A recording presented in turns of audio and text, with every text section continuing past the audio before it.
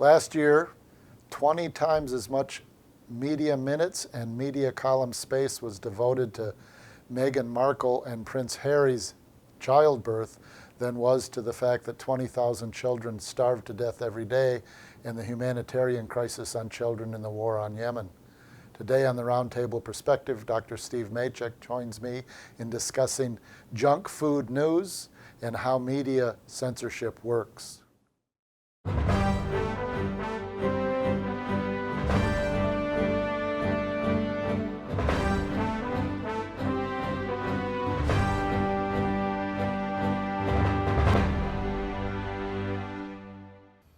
Welcome to the Roundtable Perspective. I'm your host, Lee Artz. I'm joined today by my guest, Dr. Steve Macek from North Central College in Naperville, to discuss further media censorship and media filtering, because last time you were here, Dr. Macek, we got cut off. Time did a number on us. So. Yeah, it did. Dr. Macek has produced a museum exhibit just a couple years ago on 8 decades of film censorship in the Windy City, so he's quite familiar with censorship by governments. In this case, it would have been the U.S. government and the Chicago Council. He also works with Project Censored, which has been 40 years now. Started with a journalism professor at Sonoma State University. And each year they publish a book with 25 underreported stories that are of importance to the American public.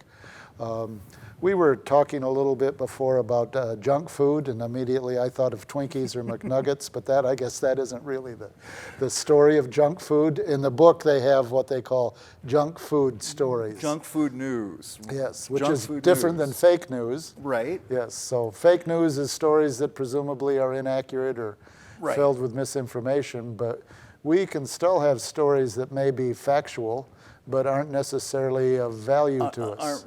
Don't really have social, political, or cultural importance, Okay. but are nevertheless receiving huge amounts of media attention. So every year, Project Censored in the annual yearbook, Censored, and this year it's Censored 2020, includes a chapter on junk food news. And those, and it's there that the project discusses the stories that received huge amounts of attention, right? More attention than the overlooked stories that are included in our list of top 25 censored stories. That really, have very little social or political importance. They're usually stories about celebrities, and they're called junk food news because they're sort of like Twinkies for the mind, right? They taste good, but if your entire news diet is junk food news, not a lot of nutrition. It's not very nutritional, and it's not very healthy for a democracy, right? To have a steady diet of junk food news. This year, the junk food news stories singled out in the book were, for example, Meghan Markle's and Prince Harry's royal baby, which received a huge amount of attention, and the authors of the chapter point out that it received an enormous amount of attention, wall-to-wall coverage, right? Constant tickers on the 24-hour news channels, updating viewers about what was happening with the royal baby, about the fashion choices Meghan was making when she was starting to show that she was pregnant, et cetera, et cetera. At the same time, the corporate news media was overlooking the real crisis in maternal health for African American and Latina women in this country. Serious, and it's been documented in some of the independent media that we try to highlight in the book. Another example of a junk food news story that was singled out. I would just say, because I actually did some research on that, and I found that that story that you're talking about, junk food story, was covered 20 times more than the kids that were dying in Yemen. And the UN said it was the worst humanitarian crisis in decades, but it received 20 times as much coverage on the news networks. Right. So, no, absolutely. Another. But one's a downer, right? And the other one, you're happy. Look at the princess, and there's a new prince. And another one was Cardi B's new baby culture, which again dominated especially the headlines of entertainment sections of newspapers and the entertainment segments of news programs. The burning of Are the you burning sug- of the burning of Notre Dame Cathedral, the fire that burned that seriously damaged Notre Dame Cathedral, and we weren't saying that wasn't an important story. It's a iconic cultural building, right, on Paris's skyline. But at the same time as the news media was giving enormous coverage, right, to the burning of Notre Dame, here in this country, down in Louisiana, 3 historically black churches were burned to the ground in instances of arson, right? Probably arson by white supremacists, because these 3 church burnings happened in quick succession, and it didn't receive nearly the attention, right? These 3 historically, African American churches in Louisiana burning to the ground didn't receive nearly as much attention, right, as the burning of Notre Dame Cathedral. So, we. Well, I'm glad you brought up the yeah. Notre Dame Cathedral, because I was going to ask if Project Censored just wanted everything to be dour. The only thing they're looking at is stories that are, governments being mean, and poverty and inequality and racism. And one of the arguments is people don't want to hear all that. They need some space to see good things, but. No, that's often an accusation that's made against the left in general, but also against media critics and against organizations like Project Censored. But if you look at the top 25 in this year's book, you'll see that there are some stories that are signs of hope, right? So there's one story on the top 25 list about how scientists have been able to stimulate the growth of coral in reefs, in coral reefs that have been horribly damaged as a result of climate change by running kind of low levels of electric current through the reef. Those are sorts of stories, positive news stories, right, that don't get the attention. So why would that be? I'm not sure about that particular story, and I've sort of puzzled over why that hasn't received the attention Is it because it you merits. would first have to say that the coral reefs were under attack? You would first have to admit, admit that there's horrible damage occurring so as a result of. So if you're talking about recovery, it doesn't make change. sense unless you talk about that. May be a. Yeah, I mean, one of the other sort of positive stories in this year's book is a number of indigenous groups in the Amazon have petitioned to have the world's largest wildlife preserve declared in the Amazon, across the Amazon, region of Brazil and other Latin American countries. They petitioned to the UN. That's a story that's a positive story, right? But is one that hasn't gotten a lot of attention. A few years back in 2018, one of the stories that Project Censored highlighted as a story that was dramatically overlooked is another positive news story, and it's about the young environmental activists out in Oregon who brought a lawsuit against then the Obama administration, saying that their failure to reduce CO2 emissions, to take steps to reduce CO2 emissions, was jeopardizing their right to life, liberty, and property, because you need to have a stable climate, have a right to life, liberty, and happiness. And this is the case that's now known as Juliana v. U.S. It has actually now gotten a little bit more news coverage, and what's remarkable about it is the lawsuit is continuing. Even though the Trump administration has tried to get it thrown out 3 times, the Obama administration tried to get it thrown out, it's continuing. But back in 2018, or 2017, when we highlighted it in the 2018, censored 2018, it was getting no corporate news coverage, really. One of the questions is, I mean, we talked before about the Chomsky and Herman media filters, and one is ownership and one is advertising. But okay, ownership wants to make money, they want people to read. It would seem like there is, if you look at public opinion polls, people are interested in climate change, they're interested in healthcare. So the question would be, why do the media primarily look at crime, celebrities, and crises as opposed to stories that they know people would read? What is the I think that there's a few reasons. Let me just focus in on why they focus so much on celebrity, right? And also on crime. Why celebrity? Well, it's easy to cover. It's very easy to cover because celebrities like Cardi B, and like the royal family in England, have publicists whose whole job it is, right, to get these people into the public limelight, to get these people attention, because they then capitalize on that attention for their music careers or whatever. So, you know, it's easy for the media to cover celebrities, and it doesn't offend powerful interests, right? In fact, I would say it does more than that, because you also said one of the filters was ideology. Right. To focus on celebrity or loyalty, it suggests that if you have talent, you can be successful. Be somebody like this is what we're aspiring to, and it kind of fits that whole idea that if you're important, if you're successful, you'll be important, and anybody can be successful if they just work hard and get lucky. And it plays into that fits sort of narrative. Yeah, no, I think that's true. Probably serves advertisers too, because whatever Cardi's drinking or whatever Megan's buying is something that advertisers can promote. Yeah, and I think this. And then on the flip side, if you want to talk about crime, I do think that the reason why crime coverage tends to dominate the news media is a couple things. First of all, it's inherently dramatic, right? People are going to stop, surfing through the channels if they're, seeing footage of a shootout on the streets of Chicago or something. That it's going to arrest their attention, right?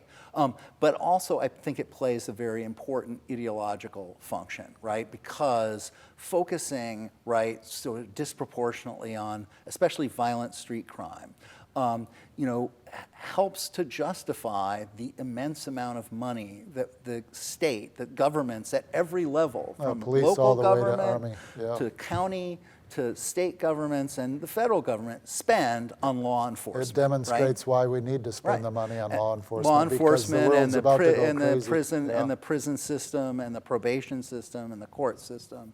I mean, we spend an enormous amount of money in this country. We lock up in this country more people than any other nation on earth, with possibly the exception of the Chinese. So the Chinese don't really publicize, right, their prisoner population. So they might actually have more people, imprisoned than we do. But if you look at official figures, the United States imprisons more people than any other nation on earth, and yet we are the land of the free. I'm not sure how that works, right? To say this is the land of liberty, and yet, if you come here, you will get locked up. And it'd be interesting to compare the number of people in prison with the crime statistics, because there doesn't seem to be more people in prison doesn't mean that there's less crime. Right. I'm thinking forward to next year, because right now we're in the midst of several things. The sanctions on Venezuela, the coup in Bolivia, people have argued the coup in Brazil and Ecuador. It would be interesting to see if these stories rise to the level of being underreported. Right. And the other thing, when I was thinking about positive stories, it would strike me for our viewers and people that want to submit stories to Censored 2021 is to see if they've underreported the social gains that were made in Venezuela and Bolivia, and whether they just disappear. Instead, the focus is on. Well, I can say just from my own anecdotal review of media coverage, for example, of Bolivia, I mean, there's a case where under Morales, they made some really dramatic gains. They're growing at 4 or 5% a year. Poverty's been reduced. Poverty has been reduced. Illiteracy, which was a perennial problem, right, has been dramatically reduced, and yet we have seen no attention to that whatsoever. And really, the coverage of what's happening in Bolivia has been informed by the U.S. State Department and the organization, right, the OAS, right? And neither of them are really independent or trustworthy sources of information about what's happening in Bolivia. So one of the questions that's prompted when you feature 25 underreported stories, it's almost as if, well, it's hopeless, we're just subjected, the media is more consolidated before, we're going to get more baby videos or, right? So it's kind of like it just seems the task is immense. But in the last couple of years, there's been a new section that's been added, not just the 25 censored stories, and I thought maybe you could talk about media democracy in action. So Media Democracy in Action is a chapter that highlights the efforts of either groups that are campaigning against campaigning against censorship and against propaganda and for freedom of expression, or highlights independent news and media outlets. Let me just talk about a couple of organizations that are profiled in this year's chapter. So one organization that's profiled is a news magazine and also a kind of a rank and file labor organization called Labor Notes. Okay. Out of Detroit. Out of still? Detroit. Yes. Labor Notes is kind of the, in our view, one of the best sources for news about what is happening to working class people and about labor struggles. Christopher Martin, who is a professor at Northern Iowa, just came out with a book called No Longer Newsworthy, How Mainstream Media Abandoned the Working Class, that talks about the fact that you go to any major newspaper or any major news organization, 50 years ago they would have had a labor reporter whose sole job was to report on labor union news and what was happening to the working class. Now, there's virtually no news organizations in this country that have even a workplace report, a dedicated workplace reporter or dedicated labor reporter. And so you have to turn to independent organizations like Labor Notes, where it's sort of driven by the members. It's a rank and file. It's an umbrella organization of rank and file labor activists. They're not people who are really affiliated with the kind of hierarchy of the national labor unions, but they're sort of democratic rank and file labor activists, and they're reporting on what they're doing in their own workplaces, in their own locals, and their own struggles. Labor Notes has been very involved in the work of Chicago Teachers Union. They helped to educate a lot of the people in the rank and file caucus who led the recent successful strike and the previous strike. So we're, one of the editors of Labor Notes contributes an essay there. Go ahead. Well, I was just going to say the difficulty is that the corporate media, as you called it, are profit-making institutions. So they have the resources to distribute and promote their own products, whereas Labor Notes isn't going to have the resources even of the trade union movement. And the other thing that strikes me is that when you look at any newspaper, there's always a business section. And even if you go back 40 years, I never remember seeing a labor section.